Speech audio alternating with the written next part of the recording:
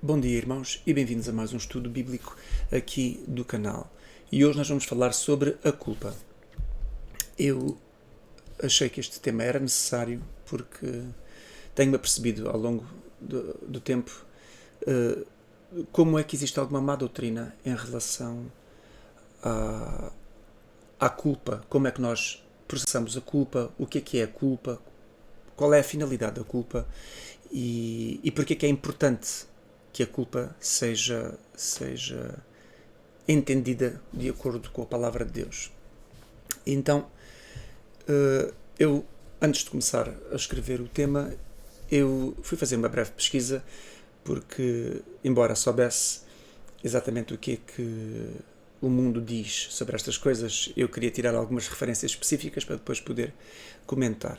E então, fazendo uma pesquisa sobre o que é que o mundo tem a dizer sobre a culpa, a internet apresentava logo vários artigos e tinha os mais variados títulos, e o primeiro que eu encontrei logo dizia assim: a tolice da culpa. O segundo artigo que eu abri dizia: a culpa é uma avaliação exagerada da realidade.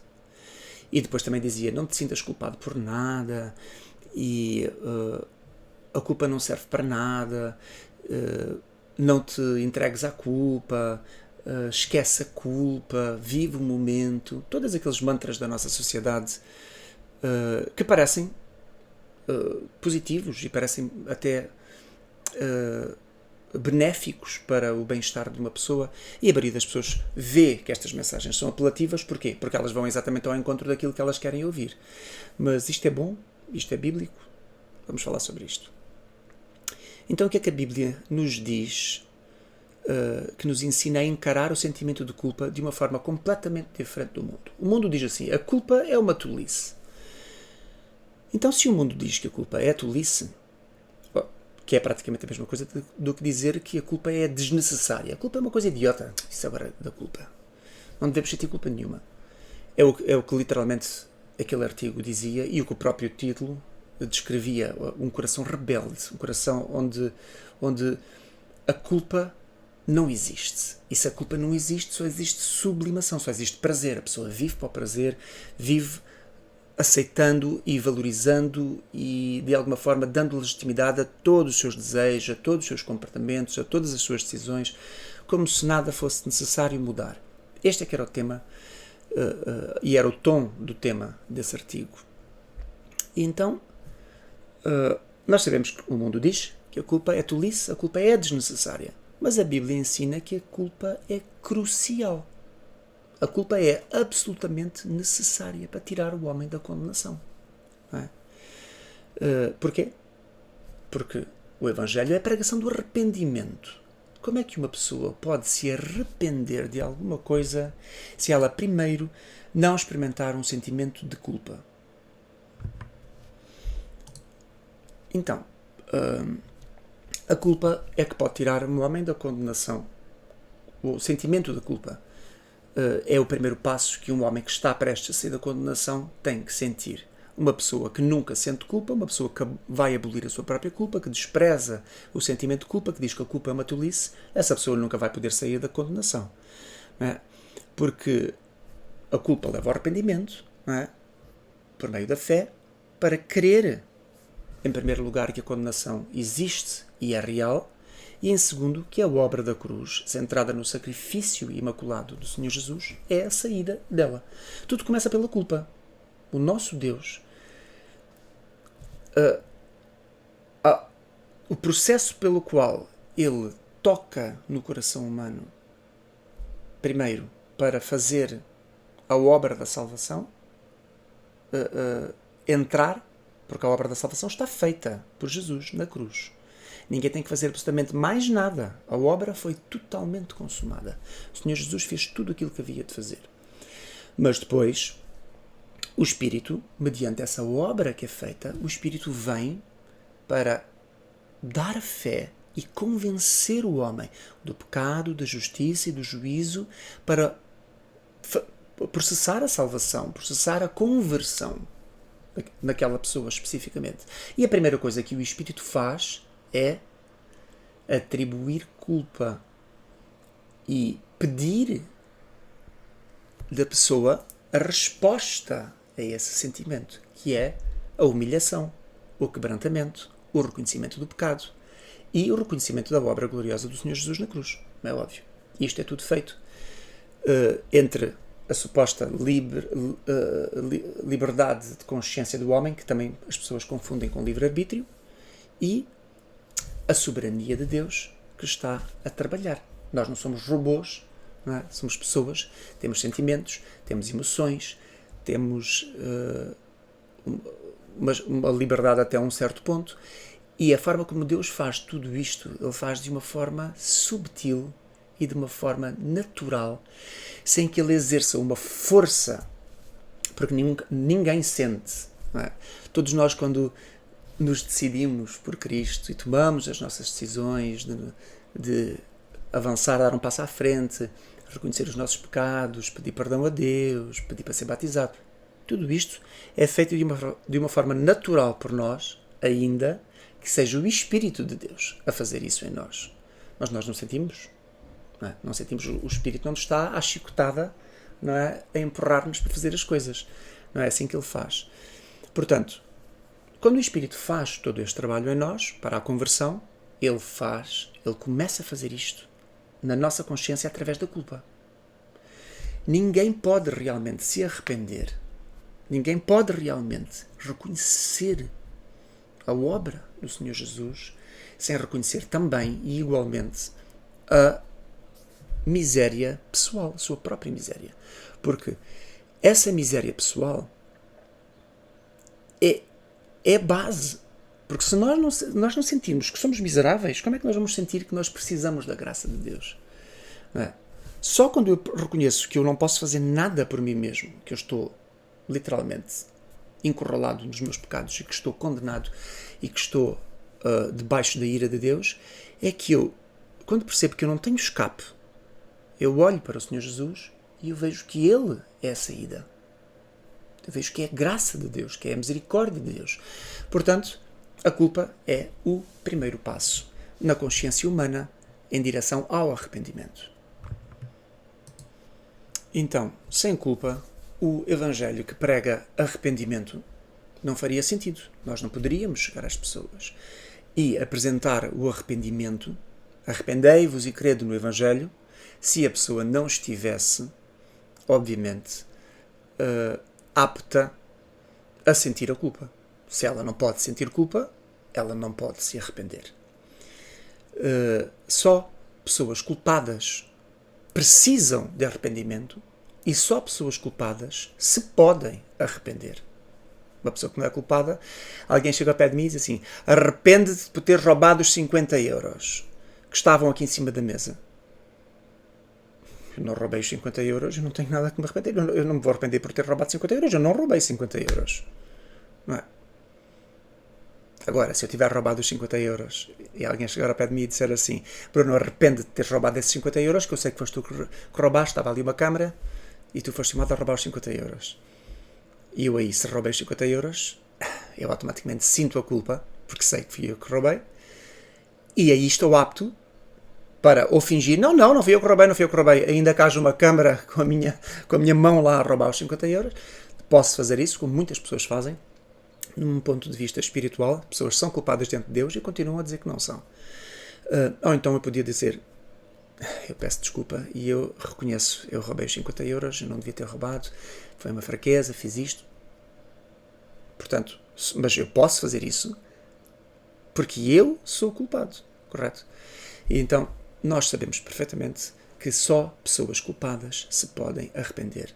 E se o ser humano, num ponto de vista espiritual, porque são todos culpados diante de Deus, todos, se todos são culpados diante de Deus e não sentem a sua culpa, não se sentem culpados, não reconhecem a sua culpa, essas pessoas não se podem arrepender. Se não se arrependem, não recebem o perdão. Se não recebem o perdão, não são salvos, não são convertidos, não são salvos e não saem debaixo da ira de Deus. E, portanto, quando as pessoas do mundo vêm dizer que a culpa é tolice, eu respondo que a verdadeira tolice é presumir que a culpa é tolice. Estes são os tolos. Os homens que dizem que a culpa é tolice são os verdadeiros tolos deste mundo. Então, vamos falar um bocadinho sobre a culpa e a acusação. A culpa vem da consciência que nos acusa, correto? Através de um equilíbrio moral que nos é passado. E, como é óbvio, o sentido de moralidade que o mundo tem vem de Deus, em primeiro lugar. Vem da palavra de Deus. A Bíblia é o livro da lei, o livro da moralidade, o livro do bem e do mal, do justo e do injusto, do santo e do profano. É um livro de contrastes que separa a luz das trevas, não é? Os filhos de Deus dos filhos do diabo, que separa o céu do inferno, não é? Que separa a ira de Deus e a salvação de Deus, ou a condenação e a salvação, a ira de Deus e a bênção, não é? A graça e a desgraça. Portanto, nós recebemos todos, ainda que as pessoas não leiam a Bíblia, Deus passou à mente humana, através da alma e do espírito que Ele nos deu, Ele deu-nos uma consciência do bem e do mal. E a Bíblia, depois, é o manual, onde nós vamos provar esses sentimentos do bem e do mal que a nossa mente processa. E, claro que se as pessoas preferem substituir a Bíblia por livros de terapia, por livros de psicologia, de filosofia, pois elas podem fazer isso se quiserem, mas elas nunca vão encontrar nesses livros e nesses autores padrões perfeitos de moralidade, de justiça e de juízo. Por isso é que, de alguma forma, a palavra de Deus sempre vai ser um livro relevante, sempre vai ser um livro importante, sempre vai ser um livro que vai, quando posto em contraste com estes livros, sempre vai vencer. Ainda que as pessoas se recusem a admitir, se as pessoas se recusam a reconhecer a autoridade da Bíblia, a Bíblia sempre vencerá qualquer argumento contra as filosofias do mundo, e a Bíblia sempre se vai impor como um livro excepcional, porque é um livro divino, é um livro de inspiração divina. Foi escrito por homens, mas foi ditado pela mente de Deus. Os outros livros foram escritos por homens, segundo as mentes dos homens. E esta é que é a real diferença entre a Bíblia e todos os outros livros. Portanto, então a culpa vem dessa consciência que nos acusa através desse equilíbrio moral que nos é passado. Primeiro, por Deus na nossa natureza, na nossa mente, na nossa alma, no nosso espírito, e depois também pela palavra de Deus que nos é colocada disponível para nós podermos ir lá e comprovar, não é? E certificarmos se os nossos sentimentos são corretos, se os nossos padrões morais estão corretos ou não. Sem a noção da moralidade, a consciência deixa de gerar culpa. E por isso é quando as pessoas substituem a Bíblia por esses livros mundanos, o que é que acontece? As pessoas não estão realmente aptas a despertar a verdadeira moralidade. E então eles começam a ficar de alguma forma iludidos ou cegos por uma falsa ideia de moralidade, uma falsa ideia de bem e do mal, de civismo, de honestidade, princípios de integridade. E por isso é que nós vemos as piores pessoas deste mundo, os homens mais pérfidos que estão por trás dessas agendas da nova ordem mundial, e estas pessoas disfarçam-se sempre de filantropos, de homens da cultura, de homens justos envolvidos em política, visando o bem das nações, visando o bem do povo, visando o bem das comunidades. E estas pessoas são os homens mais abomináveis que andam pela terra. E as pessoas, e eles creem que são pessoas justas, pessoas boas, pessoas fantásticas neste mundo, e as outras pessoas que olham para eles como se eles fossem estas pessoas. Ainda há pouco tempo uma pessoa disse-me que o Bill Gates era uma das melhores pessoas do planeta, e eu, quando ouvi aquela barbaridade da boca dele, a primeira coisa que veio à minha mente foi: é um cego conduzindo cegos. E todas as pessoas que estavam a ouvi-lo falar, sim, também concordo. Cegos conduzindo cegos, e todos vão cair numa cova, como o Senhor Jesus bem disse. Representam estes homens do mundo completamente ignorantes em relação ao bem e ao mal, não têm noção de moralidade correta, e por isso é que dizem estas barbaridades. E nós temos que entender que a moralidade é uma construção espiritual. Não é uma construção emocional ou psicológica. E por isso é que a culpa é um sentimento muito mais profundo do que as pessoas realmente pensam. E por isso é que muitas pessoas pensam que a culpa isso é culpa, estou-me a sentir culpado, mas isto, sentir-me culpado, isto só me está a fazer a mal. Então as pessoas libertam a cabeça da culpa e dizem que a culpa é uma tolice e prosseguem na sua vida. Mas elas não entendem que a culpa foi gerada na mente com um propósito, um objetivo. E o objetivo é espiritual. O objetivo é convencer a pessoa de que ela realmente não é nada. Ela não vale nada, ela não pode fazer nada por si mesma. É para fazer brotar a noção de miséria. Isso é posto em todos os homens. Claro que nós sabemos que só aqueles a quem Deus realmente vem e se interpõe nas suas vontades pessoais, através da eleição, através dessa fé salvífica, só a mão de Deus realmente chegando ao interior do homem e apertando a goela, não é? Desse homem rebelde e dizendo: tu és miserável, convence-te do pecado, da minha justiça e do juízo. E só aí é que o homem realmente pode ser convertido. Mas todos os homens sentem culpa, incluindo os homens que vão para o inferno, os homens que estão perdidos e que estão condenados e vão permanecer perdidos e condenados. Eles sentem culpa. Agora, a forma como eles lidam com a culpa está lá para ficar evidente que quando o homem for condenado, o homem desprezou a culpa que Deus colocou na consciência. Todos. Nós vemos muitas pessoas ímpias, pessoas que não conhecem a Deus, que não leem a palavra de Deus, não querem saber de Deus para nada, e ainda assim eles cometem erros, cometem falhas e sentem culpa. Mas depois é a forma como eles lidam com a culpa, como eles processam a culpa e entendem a culpa, é que os faz permanecer no pecado. Enquanto que nós, graças ao nosso bom Deus, pelo Espírito Santo, nós experimentamos a culpa e em vez de seguirmos o caminho destes homens, o Espírito Santo nos sacode, convence-nos do pecado, da justiça e do juízo, e nós, ao sentir a culpa, nós vemos o poder de Deus e reconhecemos a necessidade que nós temos de depender nós dependemos totalmente dele, nos sujeitarmos a ele, nos humilharmos debaixo da sua potente mão para sermos depois exaltados. Eu já vou falar um bocadinho sobre isto. Portanto,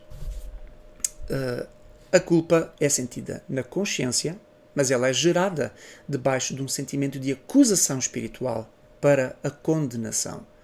E isto é feito pelo Espírito Santo, que provoca em nós para nos fazer distinguir entre o certo e o errado, o bem e o mal, o santo e o profano.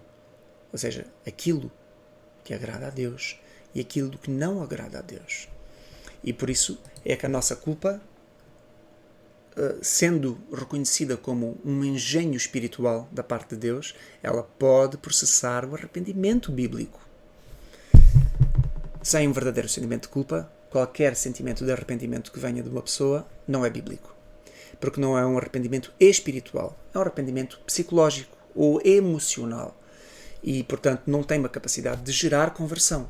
Ainda que temporariamente a pessoa até possa entrar numa igreja, professar da boca palavras que pareçam que são palavras de alguém convertido, se ela não processou a culpa da forma correta, se não foi o Espírito Santo convencê-la do pecado, da justiça e do juízo, e se aquela culpa que ela tem é uma culpa relativizada, absolvida nela mesma, se ela absolve a sua própria culpa, sem a confessar e sem reconhecer a sua própria miséria, então essa pessoa está a brincar com coisas sérias e está iludida numa ideia de absolvição que não existe, porque nós não nos podemos absolver a nós mesmos da nossa culpa. Imagine-se alguém criminoso dentro de um tribunal e chegando ao pé do tribunal e ao pé do juiz diz assim: olha, eu absolvo-me, eu realmente cometi este pecado, sei que sou culpado, mas eu absolvo-me.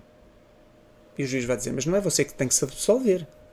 Aqui neste tribunal eu é que absolvo você da culpa mediante a acusação e a defesa, né? E os factos que são postos aqui em causa. Se você puder ser absolvida, você vai ser absolvida.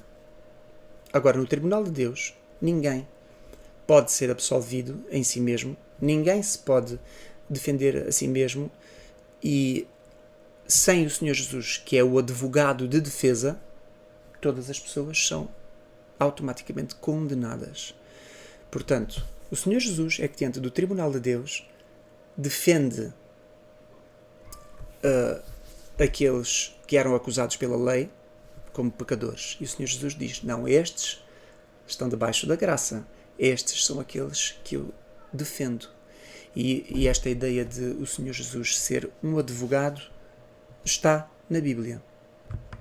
A passar exatamente esta ideia, não é? Está em 1 João 2:1 e diz, meus filhinhos, estas coisas vos escrevo para que não pequeis. Mas se alguém pecar, nós temos um advogado para com o Pai, Jesus Cristo, o justo.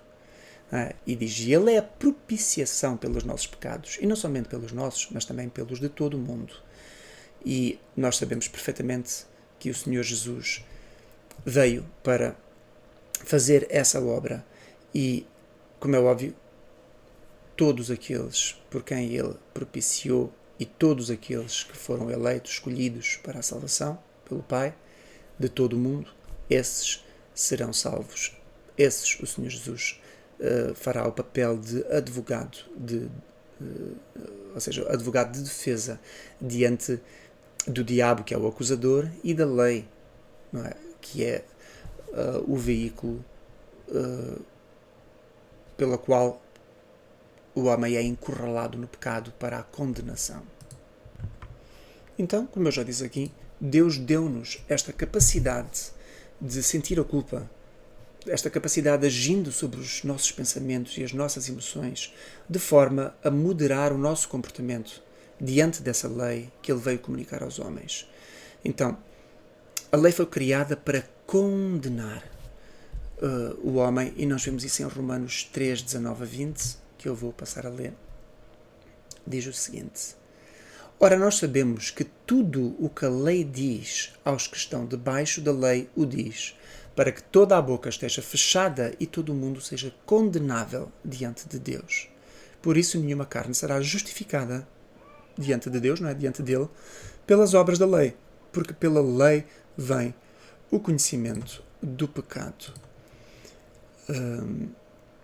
Então a lei foi criada para nos condenar, e através dela o senso de moralidade foi incutido no nosso pensamento para nos fazer entender que a lei é espiritual e que o seu propósito é levar-nos à consciência do nosso próprio pecado e da nossa miséria, para que a culpa se desenvolva e por ela o arrependimento seja desejável da parte do homem. O homem diga, não, eu tenho que me arrepender, e tenha prazer em arrepender-se. E, portanto, através disso, que o perdão seja possível, como nós lemos também em Romanos 7, de 7 a 14, e eu passo a ler. Que diremos, pois? É a lei pecado? De modo nenhum.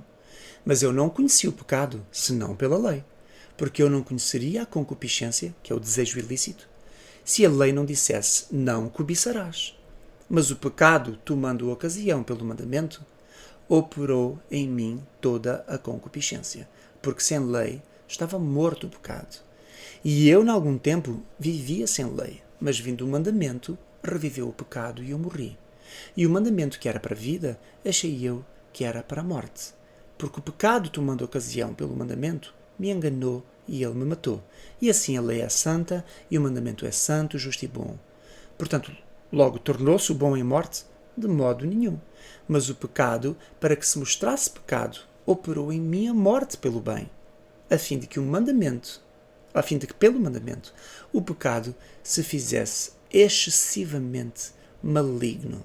Vocês sabem o que é que está aqui a ser dito? Está a ser dito que a lei só é má no sentido que nós não nos agradamos daquilo que a lei vem fazer. A lei vem condenar as nossas obras más. Portanto, nós, quando não temos conhecimento da lei, nós estamos a fazer as coisas que são erradas. E quando alguém diz assim, mas isso é mau, nós dizemos, mas qual é o mal?